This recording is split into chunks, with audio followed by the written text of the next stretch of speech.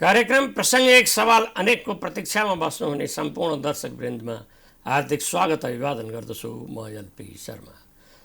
दर्शकवृन्द, दुई पटकको संविधान सभाको निर्वाचन पछि जारी भएको संघीय लोकतान्त्रिक गणतन्त्र नेपालको संविधानले आज 6 वर्ष पुरा गरी 7 वर्षमा पाइला टेक्न थालेको छ।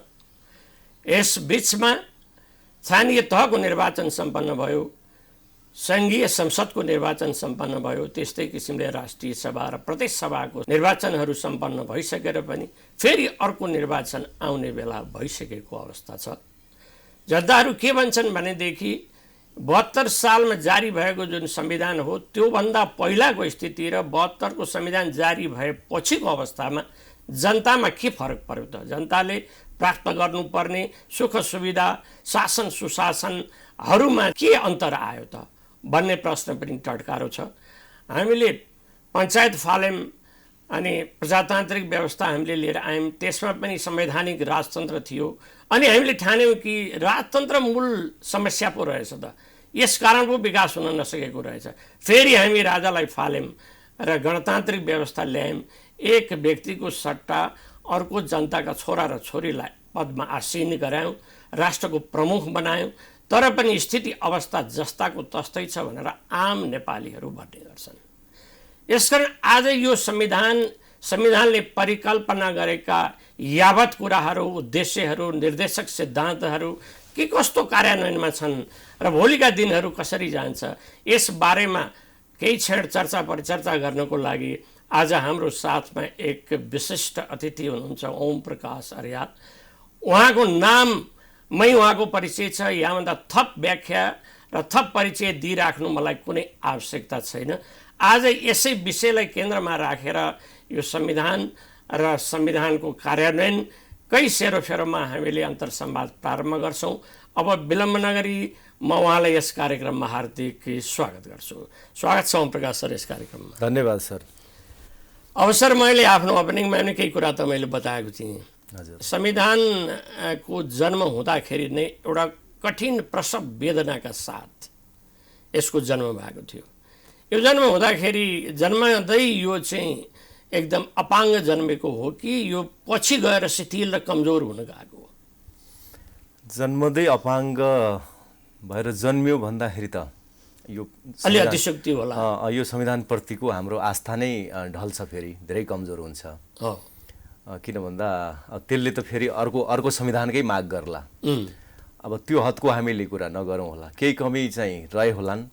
किन भन्दा कतिपय राजनीतिक शक्तिहरू, कतिपय क्षेत्रका जनताहरू असन्तुष्ट रहे, खास गरेर तराईको जनताहरू असन्तुष्ट रहनुभयो भन्ने कुरा छ। अब त्यो हदसम्म हो। तर अब के छ भने अब उहाँहरूले संविधान दिवस नमनाए पनि फेरि यो संविधानको व्यवस्थाहरूमा त उहाँहरू सरिक भइसक्नुभयो। त्यसकारणले उहाँहरूले यो संविधानलाई स्वीकार गरिसक्नुभयो। अब त्यसमा चाहिँ अब उहाँहरू स्वयंले जे कमी छ भनेर भन्नुभएको छ, त्यो कमी भएको विषयमा छलफल गरेर त्यसको परिपूर्ति गर्ने कुराहरू, जायज कुराहरूलाई त परिपूर्ति गर्नु पनि पर्यो, त्यो चाहिँ गर्नु पर्ला। तर यसलाई फेरि अब यो अपाङ्ग नै छ, अब यसबाट काम चल्दैन भन्ने चाहिँ गर्नु हुँदैन। अब आज संविधान दिवस छ, अब सरकारी अड्डा कार्यालयहरू बिदा छ होइन। अब एउटा ठुलो एउटा चाहिँ रङ्गीचङ्गी माहौलका साथ मनाइन्छ भने एउटा औपचारिकता छ, पर्यावरण उडाउने, कति जेलमा रहेकाहरूलाई पनि चाहिँ राष्ट्रपतिबाट चाहिँ मुक्त गर्ने, मेडलहरू प्रदान गर्ने, के गर्ने, अब यो छँदैछ। अर्को तह र तबकाहरू चाहिँ यो कालो दिवस हो, कालो दिन हो भनिकन कालो झन्डा लिएर हामी यसको विरोधमा उत्रन्छौँ भनिराखेको अवस्थामा संविधानको सर्वस्वीकार्यता नभएको कुरा यसले प्रश्न गर्छै गर्दै। त्यो हदसम्म अब यो राजनीति गर्नेहरूले के गर्छन्, अब त्यो त अब विप्लवले त अब अर्कै कुरा पनि गरिरहनु भएको छ। त्यस्तो कुरा गर्ने हो भनेदेखि त होइन, जहिले पनि। तर हजुर, अब यो राजनीति गर्नेहरूको के छ भने अब सत्तामा पुग्ने, अब त्यो शक्ति चाहिँ हासिल गर्ने, विरोध गर्दै जाने, त्यसको लागि चाहिँ उहाँहरूले त अब विभिन्न गर्नुहुन्छ। तर त्यो सबै कुरा सत्य हुँदैन। हामीले चाहिँ यो संविधानले यसले कस्तो मूल्य पद्धति बोकेको छ, यसको चाहिँ दिशाबोध नै गलत छ भनेदेखि त हामीले सोच्नै पर्छ। तर दिशाबोध ठिक छ भनेदेखि अब त्यसमा परिपूर्ति गर्ने कुराहरू हुन्छन्। त्यसलाई पुरै इन्कार गर्नु भनेको त भएका उपलब्धिहरूलाई पनि इन्कार गर्ने हो नि त।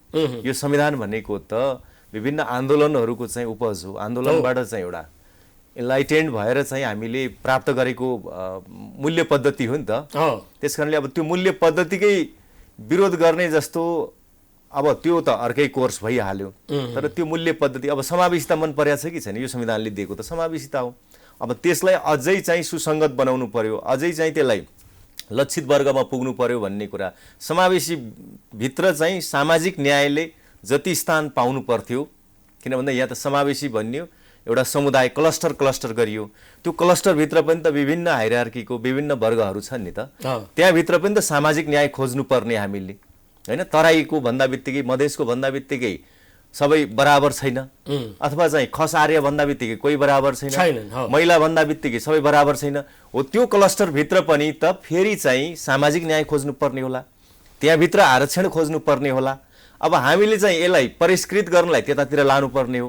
तर अब सिङ्गो संविधानको विरोध गर्नुभयो भनेदेखि त समावेशिताको पनि विरोध गर्नुभयो तपाईँले। अब सर, समानुपातिक समावेशिता चाहिँ यो अहिलेको संविधान 2072 को एक विशेषताको रूपमा सबैले लिने हो। पहिला त्यो व्यवस्था थिएन, अहिले आएर कमसेकम समावेशिताको सिद्धान्त छ। त्यो अनुसार कयौँ विद्यार्थीहरूले पनि अवसरहरू पाइरहेका छन्, अरू लोकसेवामा पनि त्यस्तै, अरूमा पनि त्यस्तै। तर पछिल्लो समयमा चाहिँ नि सर्वोच्चको एउटा फैसला र सर्वोच्चको निर्णयले समावेशितामा पनि थप एउटा कठोर प्रश्न चाहिँ नि उब्जिएको छ। यो विषयलाई सरले कसरी हेर्नुभयो? अब त्यो फैसलामा धेरै कुरा लेखिया छ, किन भन्दा फैसला चाहिँ न्यायिक हिसाबले त लेखियो नै, तर त्यसमा धेरै एकाडेमिक हिसाबले पनि लेखिएको छ। किन भन्दा न्यायाधीशको पृष्ठभूमिको आधारमा कतिपय कुराहरू अन्तर्राष्ट्रिय अभ्यास, अरू चाहिँ तुलनात्मक अभ्यास, अरू देशको अभ्यासहरू के छ, र नेपालकै पनि विगतदेखि अहिलेसम्मको अभ्यास के छ, कसरी यो चाहिँ इभल्भ हुँदै आयो भन्ने कुरा, र यो लक्षित वर्गमा कसरी पुर्याउनु पर्छ भन्ने कुराहरू त्यहाँ छ। अब कतिपय कुराहरू हाम्रो संविधानमै डिफेक्टहरू पनि छन् त्यो सम्बन्धी, होइन? जस्तो मैले के भन्दैछु भने, अब समावेशिता भन्दा बित्तिकै हामी चाहिँ अब क्लस्टरमा गयौँ, क्लस्टर भनेको जातीय क्लस्टरमा गयौँ, होइन? हो, महिलाको पनि छ, अरू वर्गीय पनि कुराहरू छ, तर जातीय क्लस्टरमा बढी ध्यान दियौँ। अब जातीय क्लस्टरमा ध्यान दिँदाखेरि अब एक ठाउँ चाहिँ खस आर्यको राखियो र खस आर्यको परिभाषै गरियो, त्यहाँ को पर्छन् भनेर जातकै नाम लेखियो। अब जातकै नाम त किन लेख्नु परेको थियो र संविधानमा, होइन? अनि त्यसपछि के छ भने, अब सामाजिक न्यायको दृष्टिले त अब सिङ्गो समुदायलाई हामीले भन्दा पनि त्यो समुदायभित्रको लक्षित वर्गलाई एक ठाउँमा हेर्न सकौँला। तर फेरि चाहिँ अब खस आर्यले खुलामा पनि प्रतिस्पर्धामा अगाडि आउने, खुलाको सिट पनि उसैले लिने अधिकांश। अनि फेरि यता समावेशिताको हिसाबले उसको चाहिँ छुट्टै हिस्सा समावेशीकरणबाट पनि उसले उल्लेख्य चाहिँ कोटाहरू पाउने भइसकेपछि यो दोहोरो चाहिँ यो आरक्षण जस्तो पो भयो कि त खस आर्यलाई, अथवा जो चाहिँ खस आर्य मात्रै नभएर अरू पनि अरू जनजातिहरूको पनि कतिपयको एकदम उन्नत हुनुहुन्छ उहाँहरूको, होइन? महिलाहरूमा पनि एकदम उन्नत सम्भ्रान्त पनि हुनुहुन्छ। यो कुरालाई मिलाउनु पर्छ। अब यो कुरालाई मिलाउनलाई अब कतिपय कुरा त संविधानको कुरा हामीले संशोधन गर्न सक्दैनौँ अहिले, किन भन्दा अदालतले पनि सक्दैन। अहिले समावेशीकरण यो क्लस्टर, होइन, यो जातीय क्लस्टर त संविधानमा भएको चिज त अब त्यो एउटा स्थायी संरचना जस्तो भएको छ नि अहिले। अब खालि त्यहाँभित्र गइसकेपछि त्यो क्लस्टरभित्र पनि आरक्षण दिँदाखेरि लक्षित वर्गको, होइन, उन्नत वर्ग छ भनेदेखि त्यहाँभित्र खुला हुनुपर्ने होला। क्लस्टरभित्र जस्तो चाहिँ त्यहाँ एउटा महिला छ भने पनि महिलाको त ठुलो सङ्ख्या छ नि त, त्यहाँ त त्यो चाहिँ कोटाहरू धेरै छ नि त त्यहाँ। त्यो कोटाभित्र अब सबैलाई चाहिँ खुला राखिदियो भने, महिला जति खुला राख्यो भने त जो टाठो बाटो छ, जसले सहरमा पढाएको छ, बोर्डिङ पढाएको छ, उसले मात्रै आउन सक्छ। अब महिला छ भने महिलाभित्र पनि एउटा चाहिँ खुला राख, एउटा आरक्षित गर, त्यसो भए भन्न त्यो दिशातर्फ गएको फैसला हो। त्यो अर्थ गर्ने हो भनेदेखि त्यसलाई अन्यथा भन्नु छैन। तर कतिपय ठाउँमा अब चाहिँ अब हामीले व्याख्या गरेर तन्काउन मिल्ने अवस्थाहरू छैन। जस्तो चाहिँ अब कोही वरिष्ठ अधिवक्ता छ भने उसको चाहिँ छोराछोरीले पाउँदैन, कोही मन्त्रीको छोराछोरी भने उसले पाउँदैन भन्ने, यसरी चाहिँ अब परिवारको कोही सदस्य छ भने पाउँदैन भन्ने कुराहरू, यो कुराहरू आएको छ त्यहाँ, होइन? अब यो कुरा चाहिँ अलि त्यहाँ प्रासङ्गिक हिसाबले आएको, ठ्याक्कै यही नै त्यहाँको रुलिङ हो त्यो फैसलाको भन्ने छैन, त्यो डिक्टेट गर्ने भन्ने कुरा त केही छैन। तर जहाँ त्यो रुलिङको खण्ड छ, त्यो अन्तिममा जहाँ छ, त्यसमा चाहिँ मूलतः यो सामाजिक न्यायलाई पनि ख्याल गर, होइन? यसको चाहिँ जसरी यसको वितरण हुनुपर्छ, अब यो चाहिँ अलि सामाजिक न्याय आरक्षणको चाहिँ मूल मर्म अनुसार जानुपर्छ भन्ने छ। यसलाई हामीले अब यो यसको त्यो फैसलाको कार्यान्वयन गर्ने कसले हो, त्यो कार्यान्वयन गर्नेले चाहिँ यसको मूल स्पिरिट के हो, किन फैसलामा धेरै कुराहरू लेखिएका हुन्छन्, तर त्यसको चाहिँ निचोड के हो, निचोडमा ध्यान दिनुपर्छ। त्यसले दिशाबोध गरेको के हो, दिशाबोधलाई चाहिँ हामीले महत्त्व दिनुपर्छ। कहाँ के शब्द लेखियो भन्ने कुरा, कतिपय शब्दहरू अब त्यहाँ चाहिँ अलिकन अर्को शब्द प्रयोग गरे भए हुन्थ्यो, तरमारा भन्ने ठाउँमा अर्को शब्द प्रयोग गरे भए हुन्थ्यो भन्ने जस्ता कुराहरू छन्। तर अब फेरि अब कहिलेकाहीँ चाहिँ बुझाउनको लागि चाहिँ अब आफ्नो नेपाली कन्टेक्स्ट अनुसारको स्पष्ट होस् भारतमा जे शब्द प्रयोग गरियो ठ्याक्कै त्यही गर्दा पनि भारतको ल्यायो भन्छन् हैन। अब यहाँको दिँदाखेरि कतिपय कुराहरू चाहिँ अलि त्यसले आँच एउटा अलि प्रतिष्ठामा आँच पुर्यायो कि मान्छेको चित्त दुखायो कि भन्ने चाहिँ छ त्यो तरमारा भन्ने शब्द। अब यो सर, अब यो संविधानकै बारेमा कुरा गर्दा अब संविधानले परिलक्षित गरेको धेरै राम्रा राम्रा कुराहरू परिलक्षित गरेका छ। संविधानका अवयवहरू जस्तो राष्ट्रपतीय संस्था हाम्रो, अब यसको गौरव र गरिमामा काफी एउटा प्रश्न बाहिरतिरबाट उठिराखेको अवस्था छ। सङ्घीय सरकार भयो, सङ्घीय सरकारले कानुन बनाउन नसकेर प्रदेशलाई दिन सकेका छैन, प्रदेशले स्थानीय तहलाई दिन सकेका छैन, र उनीहरू आफ्नो जुन संवैधानिक सीमा हो त्यो सीमामा बसेर काम गर्न नसकिराखेको अवस्थामा एउटा सङ्घीय लोकतान्त्रिक गणतन्त्र जुन भनिन्छ, गणतन्त्रमा प्रश्न सङ्घीयतामै पुरै प्रश्न चाहिँ अहिले 6 वर्षको अवस्थामै आइसकेको अवस्थामा अब यो संविधानको सफल कार्यान्वयन भयो र यसको उद्देश्य हामीले हासिल गर्न सक्छौँ भन्ने तर्फको आधार के हुन सक्छ? अब यस्तो छ, अहिले त हामीले खालि चाहिँ संविधानको विपरीतका, संविधानका यी मूल्य पद्धति विपरीतका कुराहरूले ठाउँ पाइरहेछ अहिले हैन। तर यसको पक्षमा भएकाहरू, संहिताको पक्षमा भएकाहरू पनि त कति छन् फेरि भन्नुहोस् न। त्यो त ठुलो आन्दोलनले ल्याएको हो नि, एउटा ठुलो द्वन्द्व रोक्ने बेलामा अनि चाहिँ एउटा सहमतिबाट एउटा संहिता आएको कुराहरू छ। त्यसकारणले यहाँ चाहिँ एउटा पाटोबाट मात्रै हेर्न हुँदैन। जस्तो संहिता निकालिदिनु भयो भने के यो देशमा यत्तिकै चुप लागेर बस्छन् मान्छेहरू? एउटा फेरि एउटा राजनीतिक एउटा ठुलो चाहिँ अव्यवस्था आउँछ भनेपछि यहाँ चाहिँ के छ भने अब भइरहेको चिजलाई अब हामीले त्यसलाई परिष्कृत गर्ने हो। त्यो दिशाबोध भइसकेको छ। अब दिशाबोध नै कहिले पूर्वतिर तान्ने कहिले पश्चिमतिर तान्ने गर्यो भनेदेखि त त्यसले अन्तिममा राष्ट्रिय हित पनि हुँदैन, त्यसले राष्ट्रलाई नै त्यसले जोखिममा पुर्याउँछ। त्यसकारणले गणतन्त्र भनेको पनि अब यो यत्रो समय हामीले अभ्यास गरिसक्यौँ, 65 सालमा आएको हो गणतन्त्र हैन। अब एक किसिमले राजालाई उन्मूलन त 62-63 को आन्दोलनको लगत्तै त्यो चाहिँ प्रतिनिधि सभाको घोषणापत्र, त्यसपछि आएको त्यो 47 सालको संविधानमै चाहिँ गर्दाखेरिको संशोधन, 63 सालको चाहिँ उसमा संविधानमै लेखिएको हैन। त्यहाँ चाहिँ राजतन्त्र त उन्मूलन गरिसकियो, खालि राजाको मात्रै प्रबन्ध थियो, त्यहाँ राजा ज्ञानेन्द्र भनेर लेखिएको थियो। त्यसकारणले अब यत्रो समय अभ्यास गरिसकेका छौँ।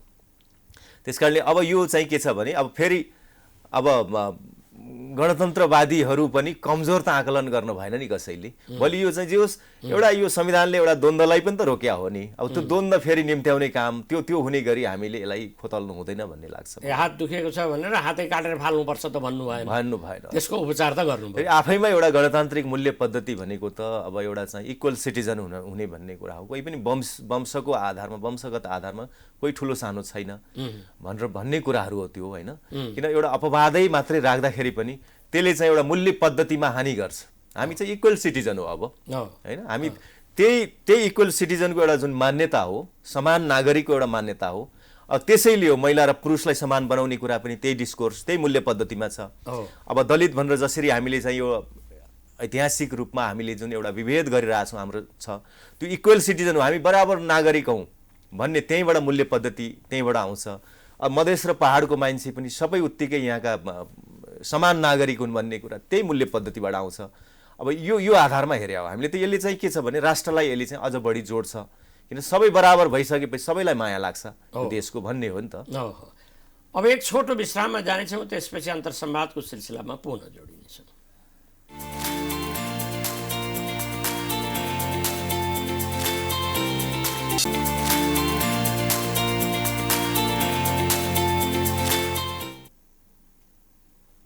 कार्यक्रममा ओम प्रकाश सरलाई पुनः स्वागत छ। धन्यवाद सर। मलाई यो उसमा यो नेपालको सङ्घीय लोकतान्त्रिक गणतन्त्र, शासक प्रशासकहरूको आचरण व्यवहार, हाम्रा नेताजीहरूको चालचलन सबै हेर्दाखेरि यो भारतीय संविधानका डिजाइनर डाक्टर भीमराव अम्बेडकरको भनाइ याद आउँछ।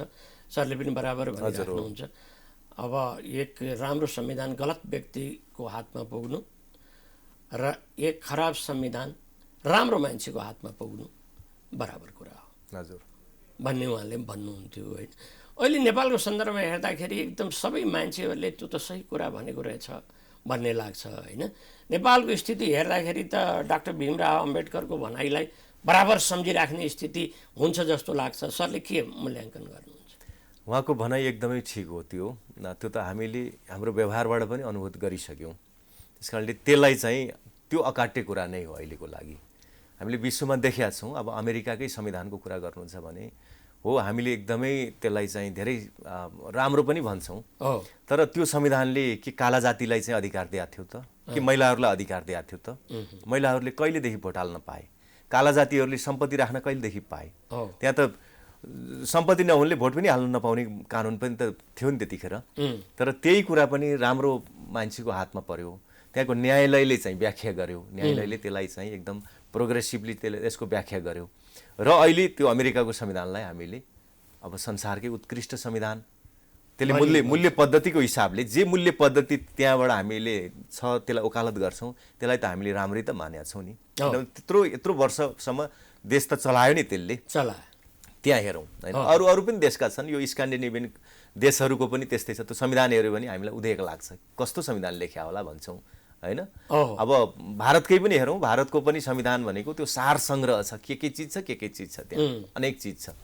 तर जब त्यसको कार्यान्वयन अब गर्ने त्यसका निकायहरू, त्यसका चाहिँ कर्ताहरू होइन, राजनीतिक खेलाडीहरू, न्यायालय, संसद चाहिँ जब त्यहाँ अलि विज्ञ मान्छेहरू, अलि चाहिँ विवेक भएका मान्छेहरू पुग्छन् भनेदेखि त्यसलाई चाहिँ अब सही दिशाबोध दिन्छन् र राम्रो काम पनि गर्छ। अब नेपालको सम्बन्धमा हेर्दाखेरि के छ भने जहिले पनि हामीले 47 सालको राम्रो संविधान पनि त भन्छौँ नि, एक थरी त त्यसको एकदमै समर्थकहरू हुनुहुन्छ नि। तर त्यो संविधानको कति दुरुपयोग गरियो। आज हामीले 47 सालको संविधानमा जस्तै संवैधानिक राजतन्त्र भन्छौँ, त्यही संवैधानिक राजतन्त्रले खाइदिए होइन 47 सालको संविधान। राजा ज्ञानेन्द्रले खानुभएको होइन र 47 सालको संविधान, अरू कसले खाएको र होइन। हाम्रो मात्रै जनताको तागतले मात्रै त अलिक गाह्रै भएको थियो, माओवादीले पनि सकिरहेको थिएन। तर जब उहाँ आफैले च्यात्नुभयो त्यसपछि जनताले किन मान्दिने भन्ने कुरा भएको हो। त्यतिखेर पनि उहाँकै हातबाट गयो। अब 63 सालको संविधान अन्तर्गत पनि हेर्नुहोस्, अब यो चाहिँ संविधान सभा विघटन थप्ने के गर्ने धेरै कुराहरू भए।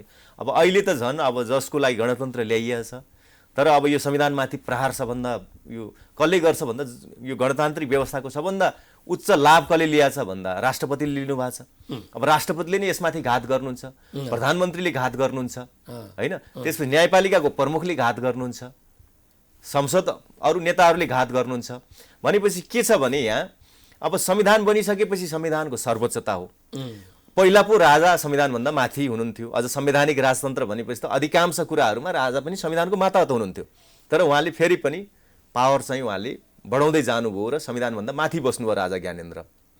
त्यसै गरेर अब पछिल्लो समयमा के छ भने अब संविधानको अधीनमा हो नि त हामी सबै नेताहरू पनि, राज्यका सबै चाहिँ पदाधिकारीहरू। तर अहिले के छ भने अब संविधान उस्तै पर्यो भने संविधानभन्दा माथि हो कि भन्ने जस्तो छनक पनि दिने, कानुनभन्दा माथि हो कि भन्ने जस्तो छनक पनि दिने। किन आफूले गरेका अपराधहरूमा जवाफदेही बन्नु नपरेस् त कानुनले उन्मुक्ति दिएको रहेछ भन्ने जस्तो कुराहरू आयो नि। माथि नै हो कि कहिलेकाहीँ त्यस्तो खालको दम्ब, किन भत्काइदिने, संवैधानिक संरचना भत्काइदिने, संसदै भत्काइदिने, संवैधानिक निकायहरू कब्जा गर्ने, अध्यादेशबाट मुलुक चलाउने यो प्रवृत्ति एउटा। त्यो प्रवृत्ति अब त्यसमा अलि आलोचना बढी हो, अलि ध्यान पुग्यो जनताको भनेदेखि म संविधानको समकक्षी हुँ, एकदम संविधानको अधीन होइन कि म संविधानको कानुनको म समकक्षी हुँ। अब समकक्षी भएपछि त के भयो भने अब संविधान भनेको त खालि एउटा सम्झौताको दस्तावेज मात्रै हो, यो कुनै एउटा मूल्य पद्धति होइन। यो त मैले मानिदिएर यसले काम गरिरहेछ, मेरो कृपाले चाहिँ संविधान लागू भइरहेछ। त्यसकारणले यो एउटा सम्झौताको दस्तावेज मात्रै हो। सम्झौताको पक्ष म हुँ, म कर्तापन, म चाहिँ एउटा कर्ता हुँ यसको।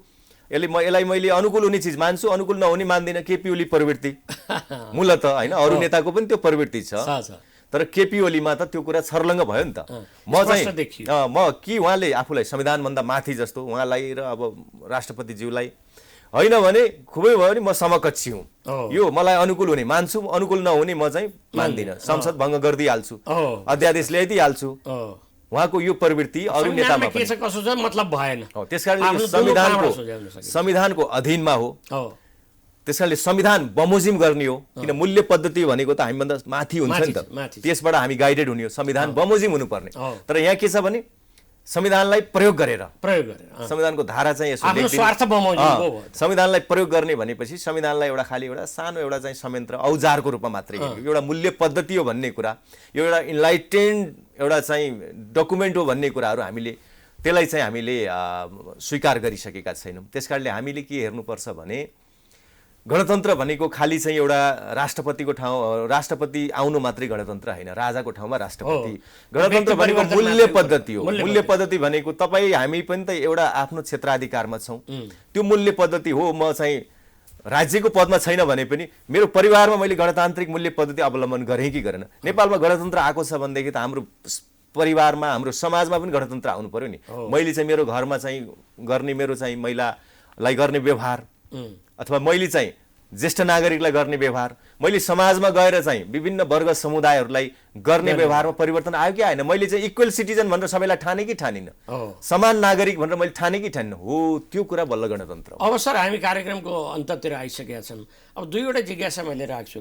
यो हामीले अब पछिल्लो समयमा के छ भनेदेखि एउटा राष्ट्रिय बन्न खोजेको एउटा पार्टीका अध्यक्षले पनि उहाँले चाहिँ नि एउटा लामो एउटा तरङ्ग आउने किसिमको कुरा गर्नुभयो। अब यो चाहिँ देशमा स्थानीय तहलाई पुनर्संरचना गर्ने, प्रदेशलाई निकालेर फाल्ने, होइन, अनि सङ्घ त माथि भइहाल्यो, अनि त्यसपछि धर्मनिरपेक्षता होइन सापेक्षताको कुरा, हिन्दू धर्म र राजतन्त्रको बारेमा चाहिँ जनमत सङ्ग्रह गर्नुपर्छ भन्ने कुराले निकै तरङ्गित बनायो, होइन। त्यसकारण हामीले यो सङ्घीय लोकतान्त्रिक गणतन्त्रले जसरी अगाडि बढ्न खोजेको छु त्यसको विकल्पमा धेरै ठुलो आवाजहरू पनि उठ्न थालेको, एक नम्बर। दोस्रो मेरो अर्को सवाल चाहिँ अब पछिल्लो समयमा सरले भने जस्तै नेताहरूले संविधान अनुसार गर्नुपर्ने कुरालाई छोडेर आफ्नो स्वार्थ र गुटको अनुसार गर्न खोजे हुनाले अब यो चाहिँ सबै कुराहरू अदालतले निर्णय गर्नुपर्ने, मन्त्री बनाइदिनु पर्ने अदालतले, सांसद बनाइदिनु पर्ने अदालतले, निकालिदिनु पर्ने अदालतले, यसले गर्दाखेरि जुडिसियल एक्टिभिजम बढी भयो भन्ने कुरा चाहिँ बाहिर देखा पर्छ। यस सम्बन्धमा सरको आफ्नो प्रतिक्रियामा जान्न चाहे। अब यो चाहिँ अलि व्याख्या गरेर भन्नुपर्ने चिज छ वास्तवमा, किन भन्दा यसले चाहिँ फेरि हाम्रो श्रोता दर्शकले कसरी बुझ्नुहुन्छ भन्ने कुरामा छ, होइन। जसरी अहिले आयो यो तीनवटा चाहिँ जुन मूल्य पद्धति हुन्, यो मूल्य पद्धति माथि चाहिँ अहिले चाहिँ प्रश्न उठाइयो। अब यो कुरा चाहिँ पहिलो कुरा जसले चाहिँ यो प्रस्तावना ल्याउनु भयो यो विषयको पनि मूल एउटा चाहिँ जुन एउटा माथि शीर्षक राख्नु भएको छ, अब चाहिँ त्यो चाहिँ विचारभन्दा माथि देश, विचारभन्दा माथि देश, यो आफैमा एउटा चाहिँ यो गल्ती कुरा छ। यसमा हेर्नुभयो भने विचारभन्दा माथि देश भन्ने कुरा नै यो प्रस्तावना नै गल्ती छ उहाँको। यो चाहिँ तपाईँ यो भाषिक हिसाबले पनि यो कुरा मिल्दैन, यो राजनीतिक हिसाबले पनि मिल्दैन, यो कुनै हिसाबले पनि मिल्दैन। तर मान्छेले यस्तो कुराको पनि मान्छेहरूले चाहिँ फेरि ग्रहण गर्ने मान्छेहरू पनि तब्का त छन्। त्यसैले हाम्रो चेतना स्तर कहाँ छ? अब जसले एउटा मिठो शब्दमा मिलाएर भनिदियो भन्दैमा हामी चाहिँ त्यसको पछि कुदिहाल्नु चाहिँ हुँदैन। विचारलाई हामीले त्यसरी चाहिँ विचार जस्तो चिज तपाईँको कन्साइन्सको कुराहरू, विचारलाई नि त्याग गरेर देश भनेकै विचारले बनेको हुन्छ, होइन। पृथ्वीनारायण शाहले चाहिँ मैले एकीकरण गर्छु भनेर अभियान चाल्नुभयो, सारा जनताले सपोर्ट गर्नुभयो र चाहिँ देश बन्या हो, होइन। विचारभन्दा माथि देश भन्ने कुरा हुँदैन। विचार यति यो ब्रह्माण्ड नै, यो हामीले ब्रह्माण्डकै बारेमा सोच्न सक्छौँ, होइन। भनेपछि ब्रह्माण्डको बारेमा हामीले यही विचारले सोच्छौँ भनेदेखि त्यस्तो कुरा हुँदैन। त्यो चाहिँ त्यो एउटा चाहिँ इस्लामिक एउटा चाहिँ त्यो एउटा सरिया कानुनको जस्तो कुरा गरेर एउटा तालिबानले जस्तो कुरा गरेर यो कुरान माथि प्रश्न उठाउन पाइँदैन, कुरानलाई आलोचना गर्न पाइँदैन, त्यो कुरा चाहिँ हुँदैन। त्यसकारणले देशको सम्बन्धमा पनि हामीले कसरी यसको चाहिँ यसलाई अझै चाहिँ राम्रो बनाउने भनेर यसका के कमी कमजोरी छन् यो देशमा त्यो कुराहरू हो। यसका अखण्डताहरू त हामीले प्रश्न गर्न मिल्दैन, त्यो कुरा त संविधानमा लेखेकै छ त हामीले यसको अखण्डता कुराहरू, यसको सार्वभौमिकताको कुराहरू। तर त्यो भन्दैमा चाहिँ विचार चाहिँ भन्दा माथि देश भनेर भनियो नि, यो कुरा नै अब यो कुन चेतनाबाट आएको छ यो कुराहरू, होइन। यसले कुन आशयलाई चाहिँ यसले चाहिँ ल्याएको छ भन्ने कुराहरू हेर्दाखेरि स्वयंमा त्यो चाहिँ राजनीतिक जुन चाहिँ एउटा दृष्टिकोण अगाडि सारिएको छ, त्यो फन्डामेन्टल्ली त्यो कुरा चाहिँ त्यसमा गलत कुराहरू छ। त्यसमा अर्को जुडिसियल एक्टिभिजम। अब जुडिसियल एक्टिभिजमको सम्बन्धमा अब जब यता राजनीतिक खेलाडीहरू कार्यपालिका व्यवस्थापिकाबाट त्यहाँ चाहिँ जब फोहोर हुन्छ नि, त्यो फोहोर चाहिँ सफा त गर्नु पर्यो नि त। त्यो फोहोर सफा गर्ने क्रममा त्यो न्यायालयमा आउने हो, न्यायालय आफै चाहिँ फोहोरमा गएको चाहिँ होइन, बोलाएर ल्याउने त्यो पनि फोहोर चाहिँ उसै यतैबाट आएको, बोलाएर फोहोर ल्याउने सफा पनि गर्ने दायित्व उसैको छ। हो। त्यसकारणले त्यो उसको दायित्व हो, संवैधानिक दायित्व हो। त्यो दायित्वबाट उसले चाहिँ भाग्न पनि मिल्दैन। खालि के छ भने न्यायालयले राजनीतिक प्रश्न र कानुनी प्रश्न दुईटा अलग गर्छ। संवैधानिक प्रश्नमा राजनीतिक प्रश्न र कानुनी प्रश्न दुईटै हुन्छ।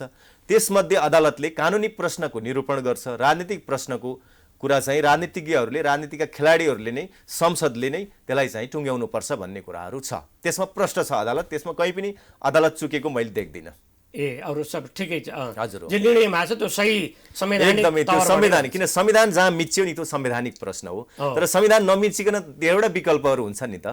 संविधान नमिचिकन गर्ने धेरैवटा त्यही नै त हो, राजनीति गर्ने भनेकै त्यही क्षेत्र हो। र पोलिटिकल एउटा चाहिँ त्यो डोमेन भनेकै त्यही हो, जहाँ चाहिँ संविधानको अधीनमा बसेर संविधानको बर्खिलाफ नहुने गरी विभिन्न अप्सनहरू छन्, विभिन्न प्राथमिकताहरू राख्न सक्नुहुन्छ होइन।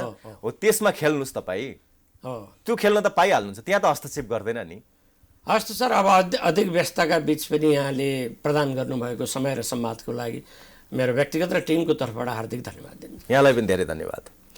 हस् त दर्शकवृन्द, आज हामी अधिवक्ता ओम प्रकाश अर्यालसँग बसेर हाम्रो देशको चालु संविधान, सङ्घीय लोकतान्त्रिक गणतन्त्रका अवयवहरू, यसले परिलक्षित गर्न खोजेका लक्ष्य सिद्धान्त र निर्देशक सिद्धान्तहरूको बारेमा चर्चा गर्दै जाँदा पनि उहाँले भन्दै हुनुहुन्थ्यो होला केही कमी कमजोरी, तर पनि अब यसको विकल्पमा अहिले अरू केही सोच्ने बेला पनि आइसकेको छैन र टनलको पछाडि त हरियो सङ्केत त बलिराखेकै छ, त्यसकारण त्यसलाई पनि हेर्नै पर्छ भन्ने कुरा पनि गर्दै हुनुहुन्थ्यो। यसका जुन कमी कमजोरीहरू हुन् यो पनि बिस्तारै सुधारिँदै जाला र सङ्घीय लोकतान्त्रिक गणतन्त्रले राम्रो दिशा निर्देश गर्ला र सही ढङ्गबाट अगाडि बढ्ला भन्ने हामी अनुमान गर्न चाहन्छौँ र शुभकामना पनि दिन चाहन्छौँ आजको यस अस्पिसियस डेमा।